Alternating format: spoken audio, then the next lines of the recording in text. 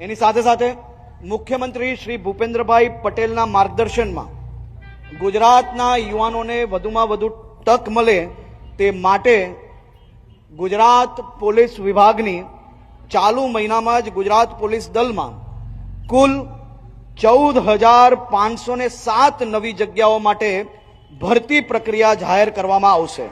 હવે બધા વિદ્યાર્થી મિત્રોને તો ખ્યાલ આવી જ ગયો હશે કે કોની માહિતી સાચી હતી અને કોની માહિતી ખોટી હતી, પણ વાંધો નહીં મિત્રો, તમારી જોડે આ સૌથી સારી તક મળી છે તમને કે આવી રીતની બેક ટુ બેક ભરતી જોવા મળી છે આપણી ગુજરાત પોલીસ માટેની।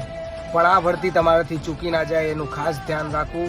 અને રનિંગની મારી એક્સપેક્ટેડ ડેટ છે ફેબ્રુઆરી મહિનાના એન્ડ અને માર્ચ મહિનાની શરૂઆતમાં રનિંગ ચાલુ થઈ જશે। અને એક્ઝામની અત્યારથી જ તમને ડેટ આપી દઉં છું કે 6મા મહિનાથી 7મા મહિનાની વચ્ચે એક્ઝામ 100% હશે। વધારે માહિતી માટે મને ફોલો કરી રાખો, આપણે 100% સચોટ માહિતી આપીએ છીએ, જેથી મારા પેજને ફોલો કરી લો। જય હિન્દ, જય માતાજી।